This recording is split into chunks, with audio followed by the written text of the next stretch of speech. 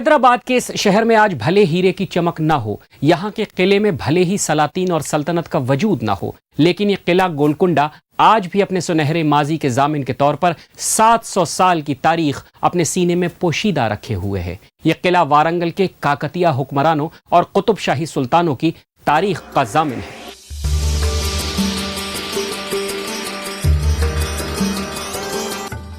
किसी जमाने में गोलकुंडा का यह किला ग्रेनाइट की पहाड़ी पर एक कच्चा किला हुआ करता था, जिसे वारंगल के काकतिया हुक्मरानों ने बनवाया था।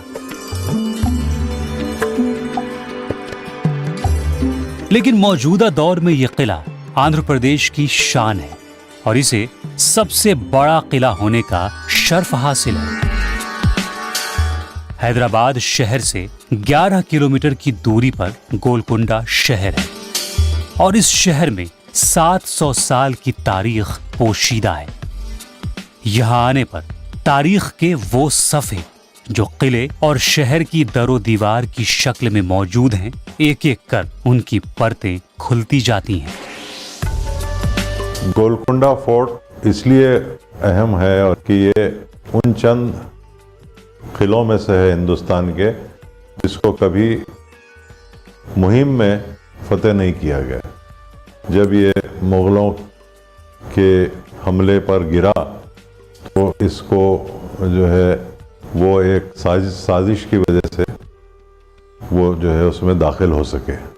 दूसरी बड़ी अहमियत है इसके गोलकुंडा जिस जगह बनाया गया है उस जगह की अहमियत थी, इसलिए यहाँ ये बहुत मजबूत किला बनाया गया। गोलकुंडा से बहमनी सल्तनत को तमाम तेलंगाना और साहिली आंध्रा तक कंट्रोल करने का एक अच्छा किला मिला, इसीलिए गोलकुंडा बहुत अहम है। 13वीं सदी की ये एक तारीखी इमारत है और अलग अलग दौरे हुकूमत में इसकी तामीर और मरम्मत होती रही। 1518 ईस्वी से 1687 ईस्वी तक गोलकुंडा कुतुब शाही सल्तनत का दारुल हुकूमत भी रहा। अपने बेहतरीन प्रिंट के कपड़ों और हीरे के कारोबार के लिए गोलकुंडा काफी मशहूर रहा है और इसी दौर में यहां सबसे ज्यादा तरक्की भी हुई। गोलकुंडा का किला अपनी बेहतरीन बनावट, शान और शौकत और तकनीक की वजह से सयाहों के लिए खासा अहमियत का हामिल रहा है। यह किला अपने बेहतरीन अकोस्टिक साउंड टेक्निक्स के लिए भी मशहूर है। इस कच्चे किले को असली शक्ल मिली कुतुब शाही दौर में।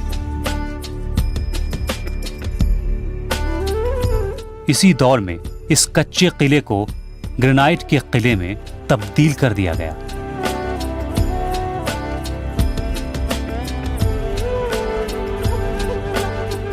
अलग अलग दौर में अलग अलग सुल्तानों ने अपनी जरूरतों और पसंद के मुताबिक किले के तौसी का काम करवाया।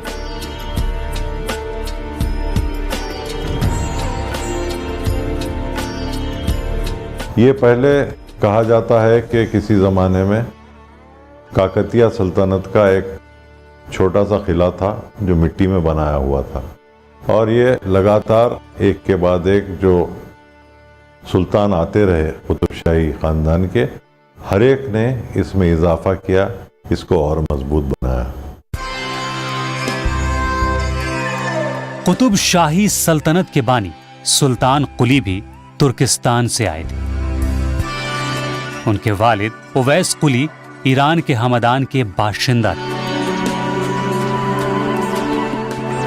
अपने बिदर दौरे के दौरान सुल्तान कुली बहमनी सुल्तान महमूद शाह से मिले और उनसे काफी मुतासिर भी हुए। सुल्तान महमूद शाह ने उन्हें अपने तरफदार के तौर पर दरबार में शामिल कर लिया और कुतुबुल मुल्क के खिताब से नवाजा। बहमनी दौरे हुकूमत में गैर मुल्की ताजिरों और सयाहों का आना जाना लगा रहता था। इसी दौर में ईरान, तुर्किस्तान, अरब और अफ्रीकी ममालिक से लोग यहाँ आए उस दौर में बहमनी हुक्मरानों ने उनका पुरखुलूस इस्तकबाल किया और अपनी तहजीब व तमद्दुन से रोशनास भी कराया। साथ ही बाहरी तहजीब से भी आशनाई हुई।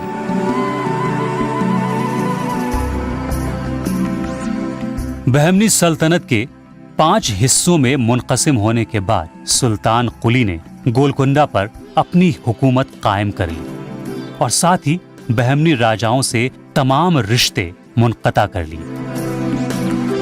यहीं से शुरुआत हुई कुतुब शाही सल्तनत की।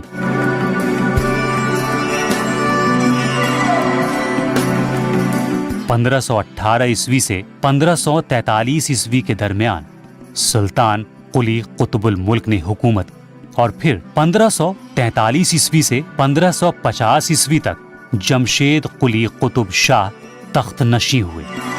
1550 ईस्वी में सुभान कुली कुतुब शाह सुल्तान बने, लेकिन इसी साल उनकी बेवक्त मौत हो गई और उनकी मौत के बाद हुकूमत की जिम्मेदारी इब्राहिम कुली कुतुब शाह के कंधे पर आ गई। 1580 ईस्वी से 1611 ईस्वी तक मोहम्मद कुली कुतुब शाह तख्त नशी रहे। 1611 ईस्वी से 1625 ईस्वी तक कुतुब शाही सल्तनत की बागडोर सुल्तान मोहम्मद कुतुब शाह के हाथों में रही।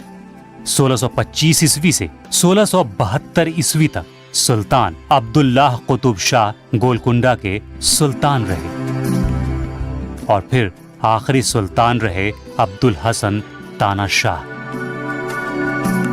अब्दुल हसन तानाशाह के दौरे हुकूमत में औरंगजेब ने गोलकुंडा पर हमला कर दिया और गोलकुंडा मुगल बादशाह की हुकूमत में शामिल हो गया और उसी के साथ खत्म हो गया कुतुब शाही हुकूमत का एक सुनहरा दौर।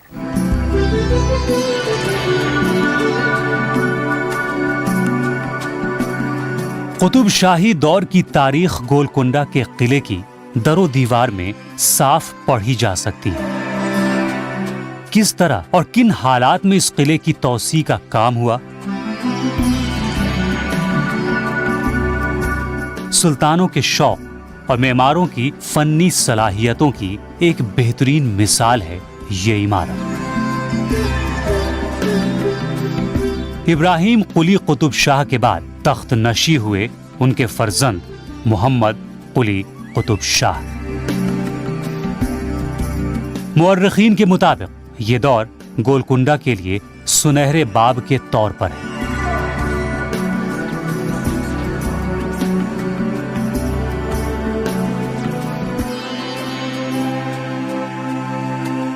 पंद्रह साल की उम्र में तख्त नशी हुए सुल्तान ने हुकूमत की जिम्मेदारी बहुस्न खूबी निभाई और इसी दौर में हैदराबाद शहर भी बसाया गया, जो मौजूदा हिंदुस्तान में आंध्र प्रदेश की राजधानी भी है।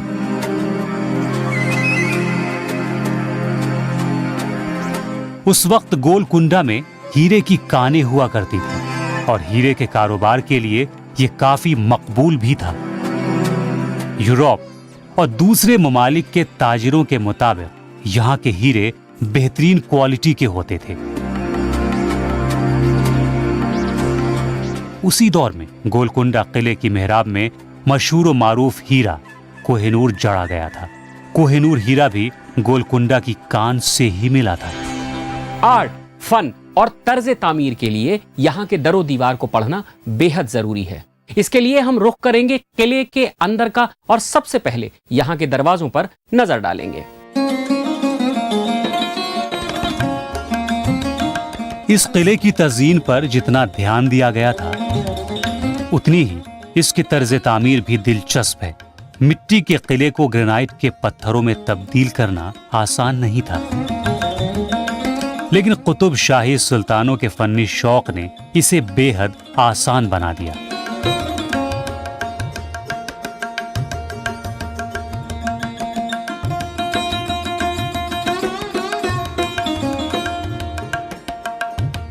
बहमनी हुकूमत के जवाल के बाद कुतुब शाही सल्तनत के तहत बनी इस इमारत में बहमनी तर्ज तामीर की झलक भी नजर आती है।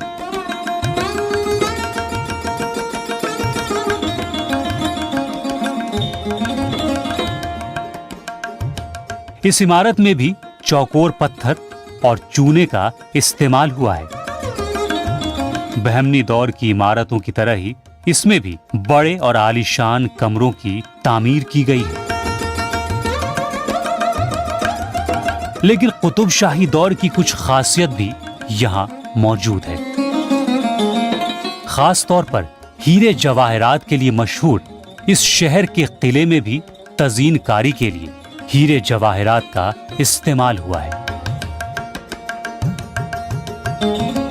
कुतुब शाही दौर के मेमारों और सुल्तानों को हीरे जवाहरात से बेहद लगाव था और इसकी निशानदेही इनकी इमारतों पर भी मिलती है। हालांकि अब ये इमारत तकरीबन खंडहर में तब्दील हो चुकी है और इस पर की गई नक्काशी भी वक्त की सितम ज़रीफी का शिकार हो चुकी है। ताहम यह इमारत अपने मेमारों के शौक की हूबहू अक्कासी करता है। कुतुब शाही फन तामीर में जियोमेट्रिकल डिजाइन, फूलों की नक्काशी और इस्लामी आर्ट की झलक भी मिलती है। अलग अलग दौर में हिफाजत और जरूरतों के एतबार से इस किले की तौसी का काम होता रहा और किला पहले से ज्यादा खूबसूरत और महफूज होता रहा।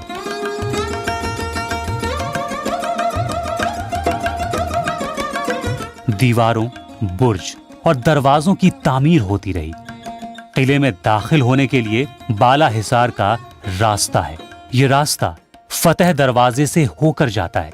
वैसे तो किले में दाखिल होने के लिए कुल 8 दरवाजे हैं, लेकिन अब ये आम रास्ता नहीं है, इसलिए अब इसी रास्ते से अंदर जाना होता है।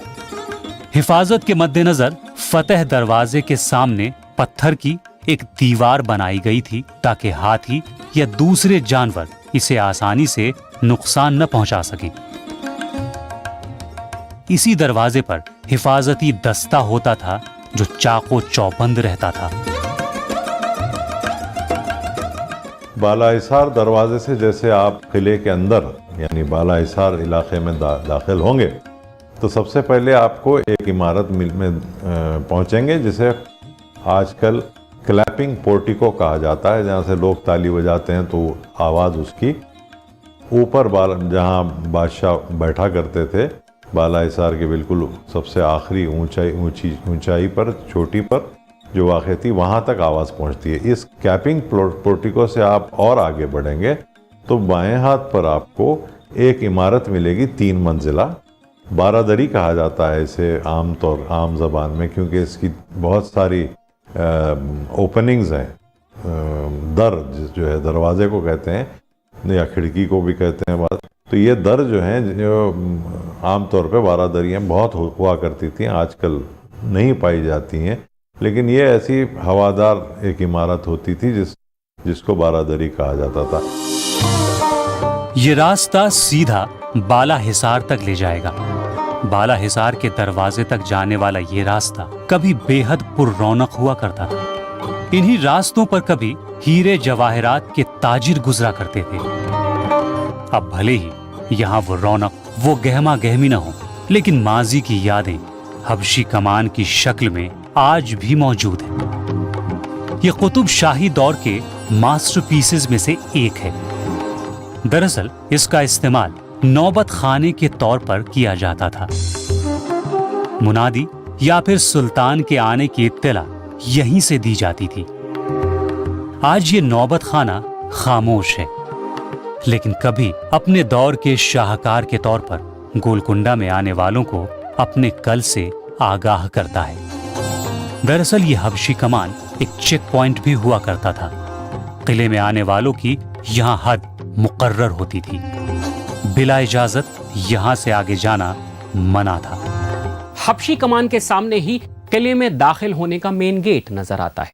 आप जैसे ही दरवाजे में दाखिल होंगे, यहाँ की सबसे दिलचस्प इमारत से रूबरू होंगे। सपाट गुंबद वाली इस इमारत की खासियत यह है कि यहाँ ताली बजाने पर पहाड़ी के ऊपर मौजूद बारादरी में इसकी गूंज सुनाई देती है। इस तकनीक के जरिए ऊपर ये इत्तला दी जाती थी कि किले में कोई आया है। ये इमारत उस दौर की बनी इमारतों में कम्युनिकेशन के लिहाज से बेहतरीन मिसाल है।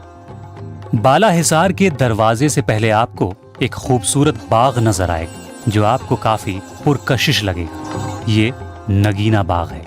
इसे बाग़े हिसार भी कहा जाता है। इसी बाग से आपको किले के खंडहर नजर आएंगे। इन्हीं खंडहरों में आपको मेहराबदार दरवाजा नजर आएगा। किसी जमाने में ये बाला हिसार जाने का शॉर्टकट रास्ता हुआ करता था। हालांकि अब ये खंडहरों में तब्दील हो चुके हैं। लेकिन दरवाजे की शक्ल में मेहराबदार फाटक है जिस पर शेर और दूसरे जानवरों की शक्लें नजर आती हैं। यही रास्ता बाला हिसार तक ले जाएगा। दरवाजे पर बेहद हसीन नक्काशी है और स्टुको वर्क का बेहतरीन नमूना देखने को मिलता है। किसी जमाने में बहुत ही खूबसूरत हुआ होगा, इसीलिए तो उसका नाम नगीना बाग रखा गया। ये इस बाग के अतराफ खंडरात हैं जिसमें दफ्तर थे, और यहीं से सुना है कि जो उस जमाने के प्राइम मिनिस्टर, कहिए आप, आकन्ना मादन्ना, दो भाई थे, एक फाइनेंस मिनिस्टर और एक प्राइम मिनिस्टर। ये तानाशाह के ज़माने में इन लोगों के दफातर कहते हैं, इसके अतराफ जो खंडरात हैं उसमें इन लोगों के दफातर थे। यहां से आगे बढ़ने पर कुतुब शाही दौर की सबसे बेहतरीन तकनीक से रूबरू होंगे। जब आप सीढ़ियों के सहारे पहाड़ी पर चढ़ेंगे तो जाबजा पाइपलाइन नजर आएंगी। दरअसल ये पाइपलाइन किले में पानी के इस्तेमाल और ऊंचाई पर पानी ले जाने के लिए बिछाई गई थी। कुतुब शाही दौर में वाटर सप्लाई पर खास ध्यान दिया गया था।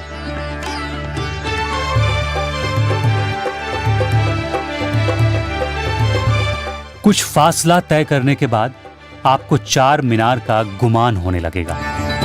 चार मीनार की तर्ज पर आपको यहाँ ये इमारत नजर आएगी। ये इमारत सुल्तान इब्राहिम कुली कुतुब शाह की तामीर शुदा मस्जिद है। इसे देखने पर चार मीनार का अक्स देखने को मिलता है।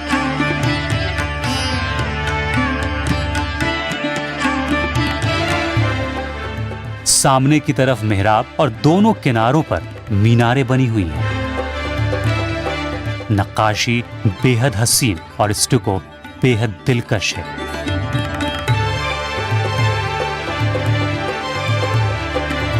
मस्जिद के सामने महताब बुर्ज है। यहां आने पर आपको 50-60 फीट ऊंचे ऐसे बुर्ज नजर आएंगे जो हिफाजत के मद्देनजर बनवाए गए थे।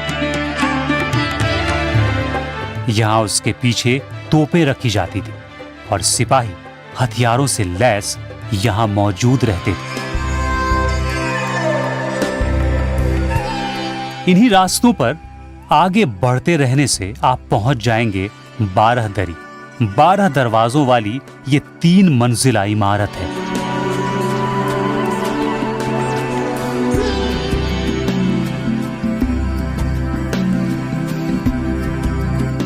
बारह दरवाजों की वजह से ही इसे 12 दरी कहा जाता था। हवा के माकूल इंतजाम के लिए पहाड़ी पर बनी इस इमारत में 12 दरवाजे बनाए गए थे। निचली मंजिल पर मेहराब नुमा 5 दरवाजे हैं और 2 मजीद दरवाजे जिसमें मेहराबें नहीं हैं।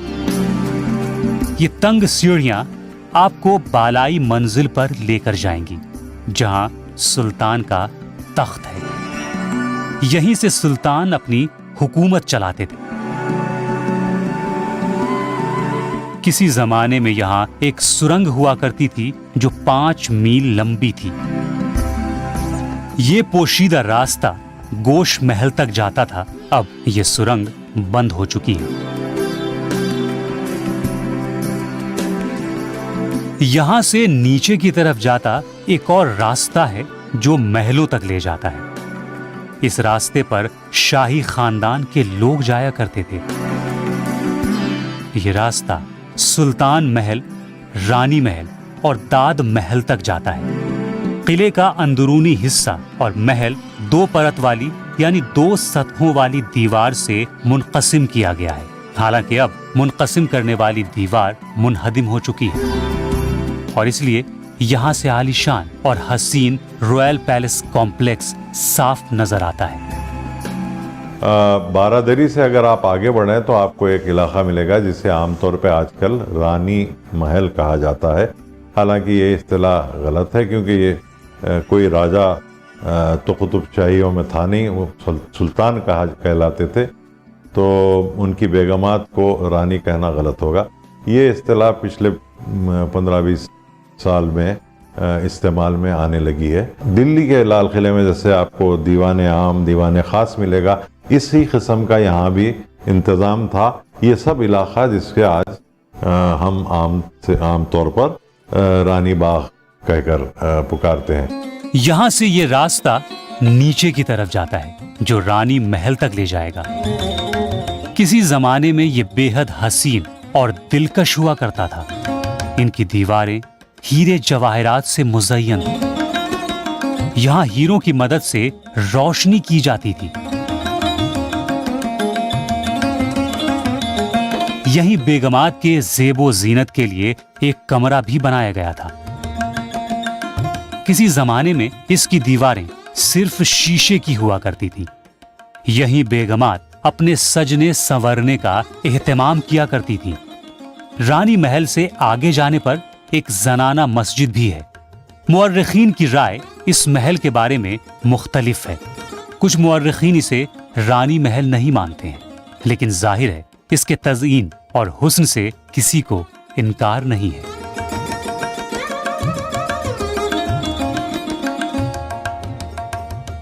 अगर आपको फन तामीर का शाहकार देखना है तो रानी महल से निकलकर सुल्तान के महल में दाखिल होना होगा। ये 3 मंजिला इमारत। सुल्तान के कमरे के नीचे एक बड़ा सा हॉल है जो तकनीक के एतबार से लाजवाब है। इस हॉल में जरा सी सरगोशी भी सुल्तान के कमरे तक पहुंच जाती थी और सुल्तान को इस बात की खबर मिल जाती थी कि कोई मौजूद है। गोलकुंडा एक बहुत ही मशहूर किला रहा है। ये साउथ इंडिया का एक बहुत मशहूर किला है जिसको कभी जंग में फतेह नहीं किया गया। जब वो गिरा मुग़लों के हमले पर, तो उस वजह से गिरा के कुछ वहाँ के लोग मुग़लों से मिल गए थे और उन्होंने दरवाजे खोल दिए। ये किला जो है ये बहुत इसलिए अहम है कि ये जब छोटा सा किला था, जब बहमनियों ने इसे लिया तो उनको ये महसूस हुआ कि गोलकुंडा से तमाम तेलंगाना के इलाके पर ही नहीं बल्कि साहिली आंध्रा और उड़ीसा तक जो उनकी हुकूमत फैली हुई थी उस पे काबू रखने के लिए ये बहुत अहम जगह है। इसीलिए गोलकुंडा की अहमियत बढ़ती गई। महल के एक तरफ ये सहन है जो शाही खानदान की तफरीह के लिए इस्तेमाल हुआ करता था। यहाँ शाही खानदान के अफराद बैठते थे और ऊपर तख्त पर सुल्तान। सुल्तान महल से आगे जाने पर आप वहां पहुंच जाएंगे जहां आम लोगों की रिसाई मुमकिन नहीं थी। ये दीवाने खास है और इसे दाद महल कहा जाता है। ये एक बड़ा सा मेहराबदार हॉल है जिसमें 9 गुंबद हैं। इसमें झरोके भी बनाए गए हैं जिसमें सुल्तान और उनकी बेगम बैठा करती थी।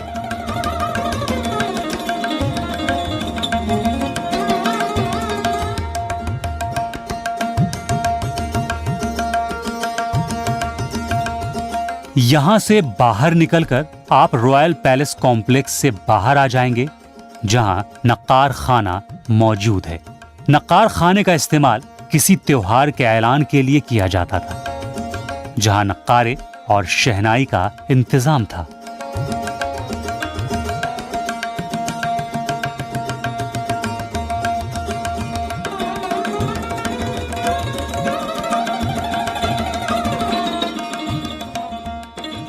कुतुबशाही दौर की इमारतें उस दौर की यादें ताजा कराती हैं जब 170 साल की तारीख यहाँ के दरो दीवार पर चस्पा हो गई। हर उरूज रा ज़वाल अस्त, यानी हर हुकूमत को एक दिन जवाल पजीर होना होता है। कुतुबशाही सल्तनत भी जवाल पजीर हुई और उसका खात्मा हुआ। कुतुबशाही सलातीन और उनकी बेगमात के मकबरे इसी अहाते में मौजूद हैं जो अपने हसीन माजी के बानी और जामिन हैं। अगले हफ्ते सारे जहां में धूम में माजी की एक और याद के साथ हाजिर होंगे। खुदा हाफिज।